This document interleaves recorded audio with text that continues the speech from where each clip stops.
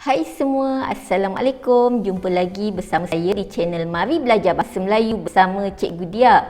Jadi pada hari ini kita akan belajar tajuk pokok pembersih udara. Apa itu pokok pembersih udara? Pokok pembersih udara bermaksud pokok memainkan peranan untuk membersihkan udara. Seperti yang kita tahu, manusia memerlukan oksigen untuk bernafas dan akan membebaskan karbon dioksida. Hal ini bertentangan dengan pokok. Pokok pula akan membebaskan oksigen dan juga menyerap karbon dioksida yang dibebaskan oleh manusia. Jadi, manusia dan pokok saling memerlukan dalam menyeimbangkan kehidupan mereka. Murid-murid, pada hari ini kita akan mempelajari buku teks Bahasa Melayu Jilid 2 muka surat 22 dan 23. Standard pembelajaran kita pada hari ini ialah 1.1.2 iaitu mendengar, memahami dan memberikan respon terhadap permintaan. Objektif pembelajaran kita pada hari ini ialah pada akhir pembelajaran dan pemudahcaraan, murid dapat pertama, memahami konsep ayat permintaan dengan betul. Kedua, membina 3 ayat permintaan dengan betul. Dan yang ketiga, melengkapkan dialog dengan ayat permintaan yang betul. Murid tahu apa ia ayat permintaan? Ayat permintaan ialah ayat yang menggunakan kata permintaan seperti minta dan tolong dengan tujuan permintaan dan pertolongan. Ayat permintaan bertujuan untuk memohon permintaan dan pertolongan. Kata permintaan ialah perkataan minta dan tolong. Contoh ayat, "Hani, tolong saya ambilkan buku itu." Minta semua murid bersabar kerana majlis akan dimulakan sebentar sahaja lagi. Berikut merupakan antara contoh-contoh ayat permintaan yang lain. Minta tuan benarkan kami masuk. Minta kamu semua tenang. Minta tuan-tuan jelaskan bayaran yuan persatuan ini. Kedua, tolong. Tolong tutup pintu itu. Tolong selesaikan tugasan hari ini. Tolong hantarkan jawapan sebelum hari Rabu. Baiklah murid-murid, jika tadi kita telah mempelajari tentang konsep ayat permintaan, sekarang sila buka buku teks Bahasa Melayu Jilid 2 muka surat 21.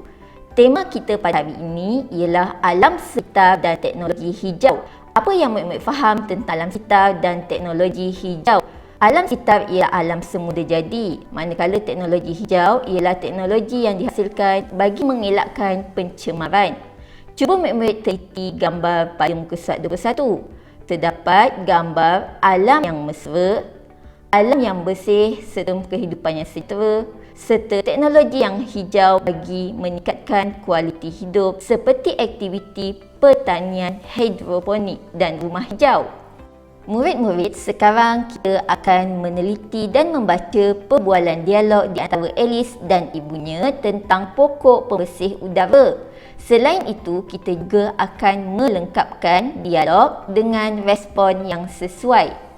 Ibu: "Alice, tolong ibu tolak kereta sorong ini ke belakang rumah." Alice: "Baiklah, saya akan menolong ibu. Mengapakah pokok-pokok hiasan ini hendak dibawa ke sana?" Ibu: "Pokok-pokok hiasan ini dapat membersihkan udara. Di belakang rumah kita ada projek pembinaan. Banyak debu berterbangan. Minta tolak dan berhati-hati, Alice." Murid-murid dikehendaki memberikan respon yang sesuai dengan dialog yang dituturkan ibu. Apakah respon yang sesuai diberikan? Contoh cadangan jawapan respon yang sesuai ialah ibu telah meminta Alice menolak kereta sorong dengan berhati-hati. Jadi, Alice boleh memberikan jawapan, "Baiklah ibu, saya akan menolak kereta sorong ini dengan berhati-hati." Perbualan dialog seterusnya. Alice: "Bolehkah ibu beritahu saya nama pokok-pokok ini?" Murid-murid, apakah respon yang boleh ibu jawab daripada pertanyaan Alice? Alice bertanya tentang nama pokok-pokok ini. Jadi, ibu boleh menjawab dan memberikan respon. Nama pokok-pokok ini ialah pokok palma, pokok bunga ros, pokok bunga kertas dan pokok keladi. Seterusnya, ibu kata, harap Alice susun pokok-pokok ini di tepi pagar. Apakah respon yang boleh diberikan oleh Alice ya? Antara contoh respon yang boleh diberikan oleh Alice ialah, baiklah ibu, Alice akan susun pokok-pokok ini di tepi pagar. Jadi ini antara contoh cadangan jawapan yang sesuai daripada respon yang diberi. Baiklah murid-murid, jika kita teliti kembali dialog tadi, ibu telah menuturkan ayat permintaan kepada Alice. Antara contoh ayat permintaan yang dinyatakan oleh ibu ialah minta tolak dengan berhati-hati. Satu lagi ayat permintaan yang telah dituturkan oleh ibu ialah harap Alice susun pokok-pokok ini di tepi pagar. Jadi, Alice telah memberikan respon yang sesuai berdasarkan ayat permintaan yang dituturkan oleh ibu. Bolehkah murid memberi contoh beberapa ayat permintaan yang lain? Selepas ini, saya harap murid-murid dapat menyatakan dan membina ayat daripada ayat permintaan. Sena terselamat. Murid-murid, pada hari ini kita akan mempersembahkan cerita dengan gaya yang menarik. Jadi kita akan bercerita tentang sena terselamat dengan nada dan intonasi yang betul. Sena ialah sebatang pokok yang hidup di dalam hutan.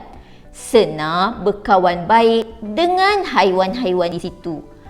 Pada suatu hari, ketika Sena berbual-bual dengan kawan-kawannya, dia ternampak seorang penebang pokok. "Hei kawan-kawan, cepat lari! Ada penebang pokok sedang menghampiri kita!" jerit Sena. "Tidak, kami tidak akan membiarkan kamu dalam bahaya, Sena. Selama ini, kamulah tempat kami berteduh, mendapat makanan dan menghirup udara segar," kata haiwan-haiwan di dalam hutan itu. Ketika si penebang bersiap sedia untuk menebang Sena, dia terdengar ngauman sang singa. Dia ketakutan dan berlari untuk menyelamatkan diri. "Pokok dan haiwan dalam hutan saling bekerjasama. Saya tidak akan menebang pokok di dalam hutan lagi." Baiklah murid-murid, kita telah selesai membaca cerita tersebut. Apakah nilai murni yang terdapat dalam cerita ini?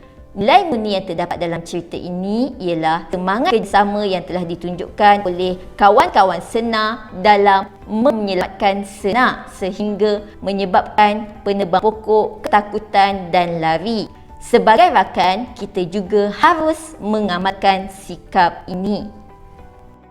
Murid-murid, sekarang mari kita jawab soalan kefahaman bagi menguji kefahaman murid tentang petikan yang dibaca. Soalan haruslah dijawab dalam ayat. Jawapan bagi soalan selalunya terdapat dalam petikan kecuali bagi soalan kebat. Soalan pertama, siapakah Sena? Jawapan bagi soalan ini boleh dilihat dalam petikan pada baris yang pertama. Sena ialah sebatang pokok yang hidup di dalam hutan.